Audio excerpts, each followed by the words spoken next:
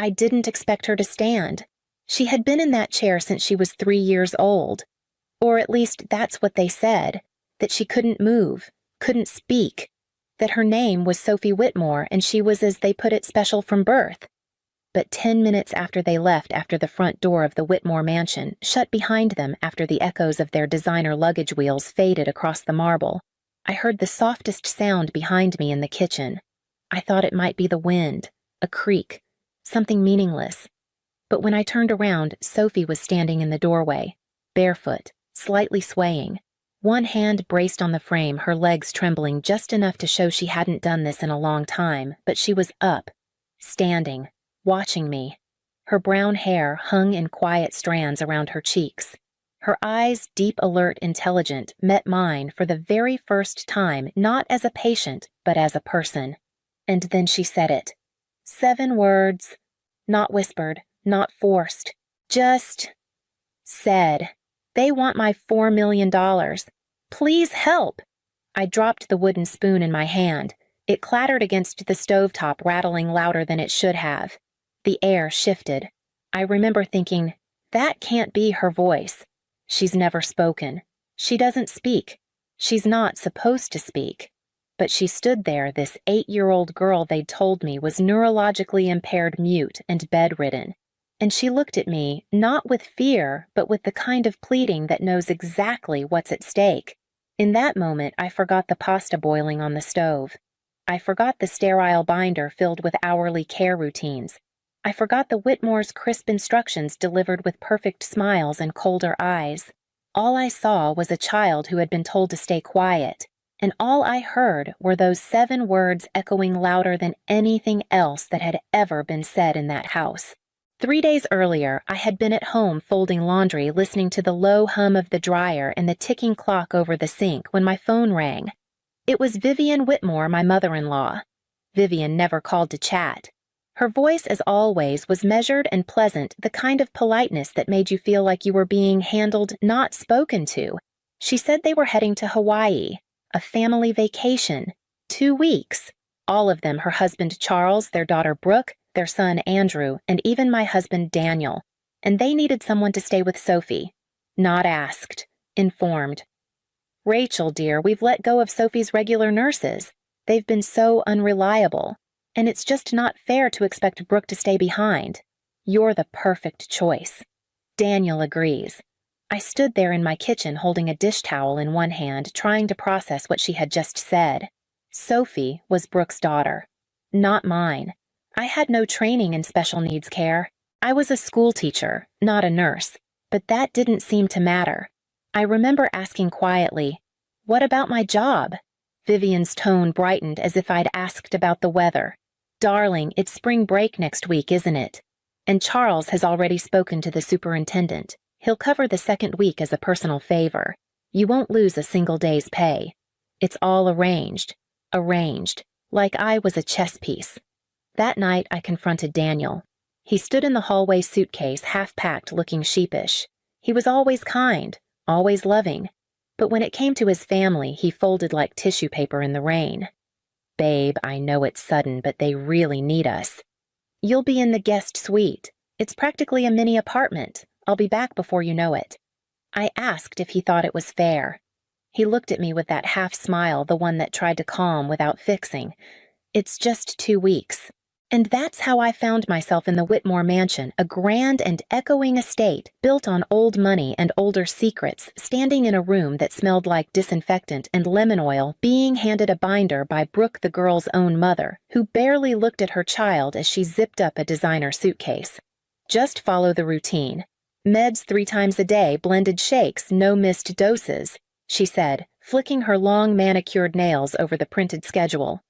"If you skip one, she gets difficult." Difficult how I asked. Brooke shrugged. "She just does."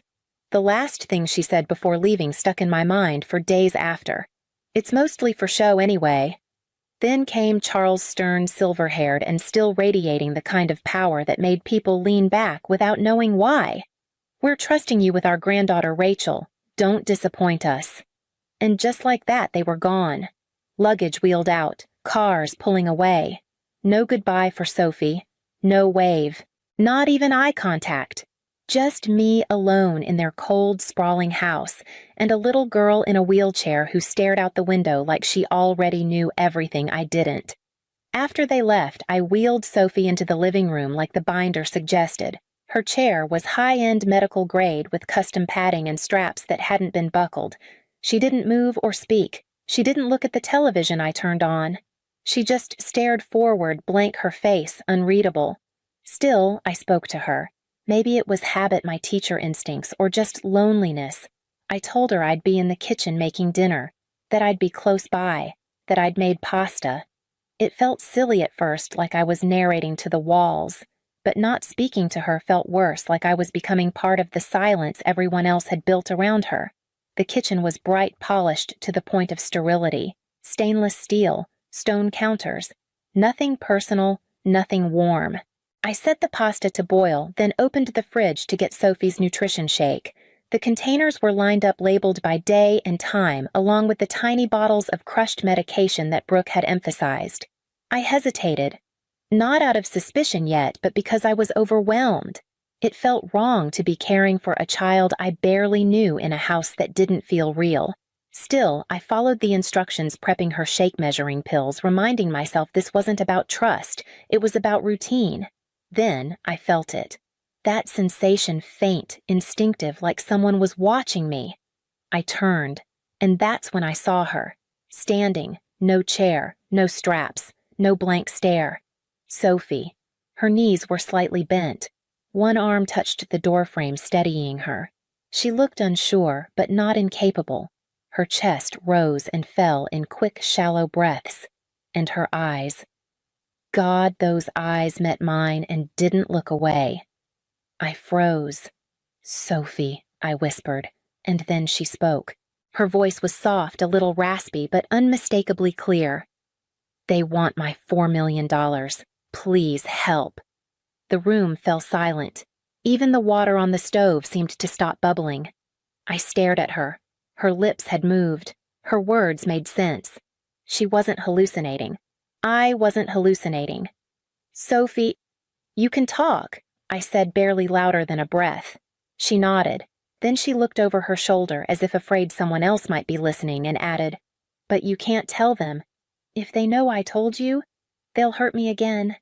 I eased toward her slowly, not wanting to scare her, not sure what I was even seeing. My mind was racing, half of it insisting I call 911, the other half whispering that I already knew this wasn't a delusion. Sophie took one shaky step forward, then another. Her legs weren't strong, but they worked. Her fingers clutched the trim along the wall as she guided herself toward the nearest chair. I pulled it out gently, letting her sit down without saying anything more. She looked small in the oversized kitchen chair, feet dangling, hands folded in her lap. Still silent now. Watching me. "Can you tell me what's going on?" I asked softly. She hesitated, then nodded. "When my other grandma and grandpa died, they left me money. $4 million. Mommy didn't like that. She started giving me medicine, made me sleepy, weak." Her voice wavered, but her eyes stayed clear. She wasn't reciting something, she was remembering it. When I didn't take it, she pinched me, locked me in the closet. They all told me to pretend, that if I talked or moved when people were around, I'd be taken away forever, that no one would believe me anyway. I couldn't speak. "I tried to tell a nurse once," she continued. "She left after that. They said she moved away, but I think she saw something." She pulled something from beneath her shirt, a small spiral notebook, its cover soft from wear. She opened it on the table between us. Inside were pages of neatly printed entries, short sentences, dates, names, fragments of overheard conversations. I skimmed an entry. Mommy said she'll be declared incompetent. That way, I keep the trust. Another grandpa told Mommy Judge Wilson owes me. We'll fix the papers. I felt cold all over. "How did you learn to write like this?" I asked. I taught myself. They didn't think I was learning, but I listened. I looked at papers in Mommy's office when she wasn't home. I copied the words. I had time. I looked at this child, this little girl who had been presumed unreachable, and saw someone who had been awake the whole time, watching, surviving. I picked up one of the pill bottles on the counter and read the label. The dosage was too high for an 8-year-old unless under extreme conditions. And yet no one had ever questioned it. No school records, no independent doctors, no second opinions. Just the word of a wealthy family. My stomach turned. Sophie looked up. I waited until now because they never leave me with just one person. Always nurses. But you talked to me like I was real. Her voice cracked at the end. In that moment, I saw the weight she'd carried, not just the drugs or the silence, but the sheer effort of pretending to be invisible. And now she had chosen to speak. To me. That night, I didn't sleep. I lay awake in the guest suite, listening to the soft, measured breaths of Sophie in the next room. She was safe for now. She had eaten dinner without the medication. She'd smiled faintly while I showed her how to shuffle a deck of cards. She had even asked quietly if she could help set the table. But my mind wouldn't rest. I kept thinking about that notebook, the entries, the way her small hands had turned each page as if she'd been waiting years for someone to see it. The next morning, I stood in front of the kitchen sink holding her morning medication bottle. I opened it. The pills clicked against the glass rim. I stood there for a full minute, maybe more. If I gave them to her, I'd be playing my part in what she claimed was abuse. But what if she needed them? What if this sudden clarity was the break? What if I was wrong? And then I remembered what she said the night before. Not the words, but the way she looked at me when she said them. I emptied the pills into the sink and turned on the disposal. When Sophie came down, walking slow but steady, I handed her the nutrition shake without the crushed sedatives. She drank it, then looked at me carefully. "No medicine today?" I shook my head. "Not unless you need it." She didn't say anything, but the relief in her shoulders said enough. By midday, she was sharper, more focused, her hands steadier. Her speech, once slightly slurred, was clearer. She told me jokes, quiet little ones she'd made up in her head. She beat me at Go Fish. In the afternoon, she took my hand and led me down the hallway. "Mommy keeps important papers in her office," she said. The office was all designer furniture and shallow shelves staged for show not function. But behind a potted orchid, just as Sophie had told me, was a tiny brass key. The filing cabinet opened on the second try. Inside, trust documents, bank records, appointment letters, prescriptions. I sat on the floor and began pulling file after file.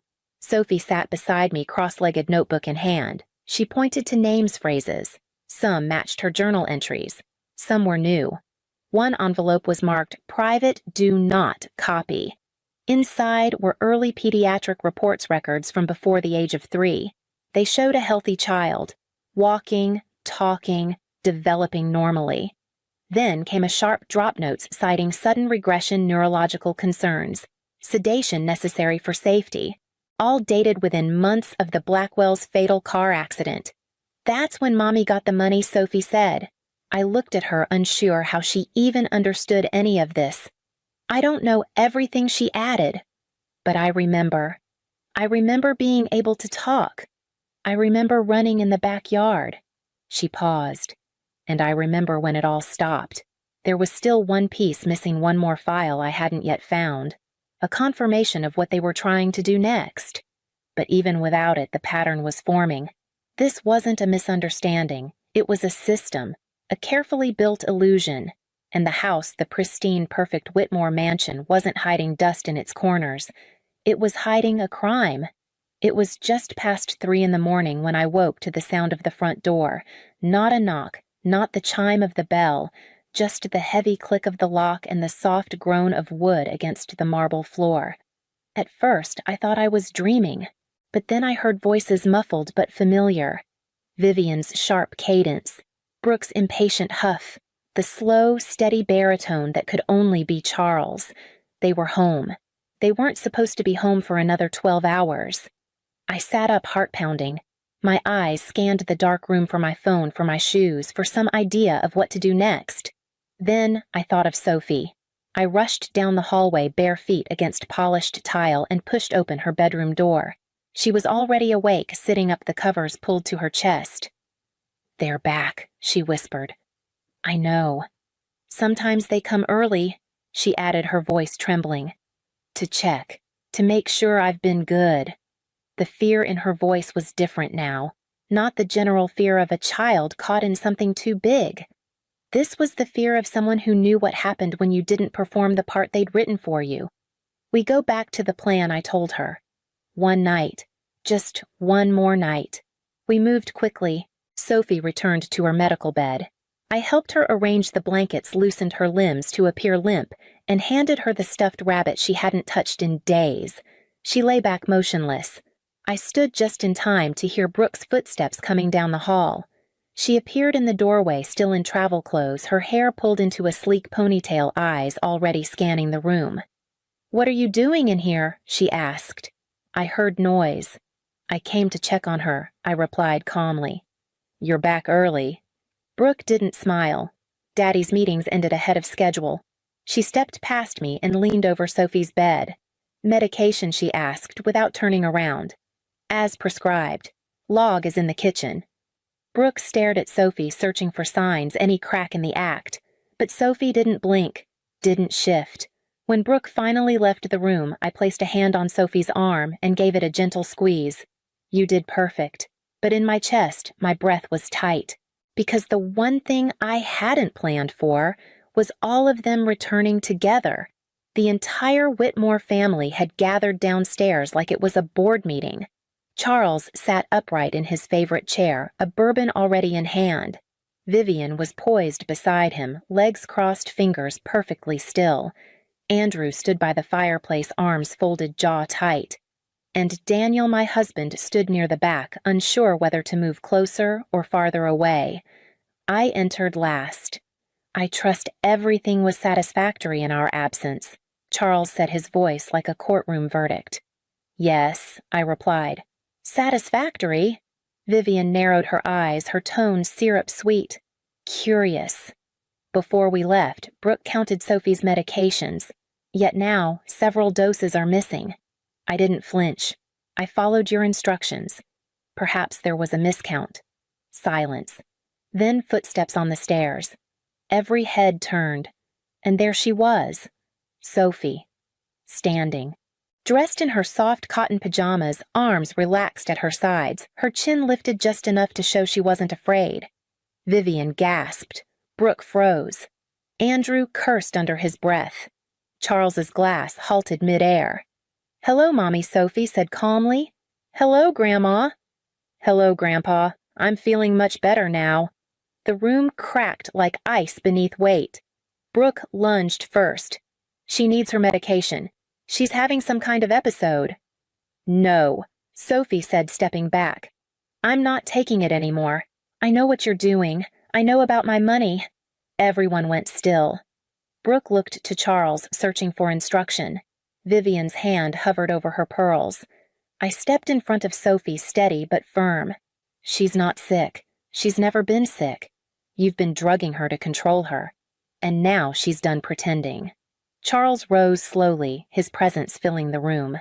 "You have no idea what you're talking about," he said, voice low.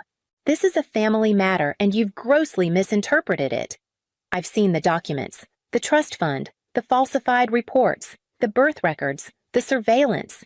And Sophie, she remembers everything." Brooke's composure snapped. She grabbed her purse, pulled out a pill bottle, and shoved toward us. "Take it," she barked. "Take it now, or you'll regret it," Sophie cried out as Brooke caught her wrist. Without thinking, I stepped between them, pushing Brooke back hard enough that she stumbled into the coffee table. "Don't touch her." Charles moved toward me like a storm cloud. "That's assault." "Then call the police," I said. "Please do." I held up my phone. "In fact, you'll want to answer the door." It rang then, like fate waiting on the porch. Everyone looked toward the hallway. Then the door opened, and standing there was Kelly Bishop, my closest friend, and a family attorney. Beside her were 2 uniformed officers and a woman holding a clipboard from Child Protective Services. Mr. Whitmore Kelly said with quiet authority, "We need to speak with your granddaughter." No one moved, because in that moment they all knew the house wasn't theirs anymore, and the truth had come to stay. For a moment, no one said anything. The silence after Kelly Bishop's voice was louder than any shouting match, the kind of silence that makes walls lean in.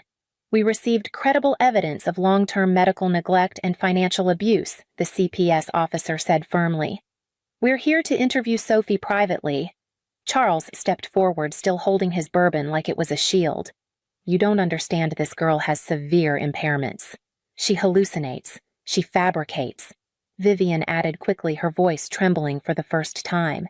Jessica has always had emotional issues. She's under stress. Kelly opened her folder and placed copies of documents on the coffee table one by one. Medical records from before Sophie's 3rd birthday, handwritten logs, videos, surveillance footage, bank statements, emails, and testimony, your own daughter's if necessary. Brooke's voice cracked as she clung to denial like a child clutching a doll. No. Daddy said it was just for a little while. We were just trying to protect her. Charles didn't look at her. He looked at Kelly. Name your price. Everyone has one. One of the officers stepped forward. Mr. Whitmore, I suggest you stop speaking. I moved closer to Sophie, who had stayed quiet the whole time. Her hands were shaking, but her feet stayed planted. Daniel stood to the side, pale eyes darting between his family and the woman he married. Sophie, the CPS worker, said softly, Can we talk for a moment? Sophie looked up at me. I nodded. It's okay. You don't have to be afraid anymore. She followed the woman into the sitting room. As the door closed behind them, Vivian turned to Daniel, almost pleading. Tell them, Danny. She's lying. You know she's lying. He stared at her.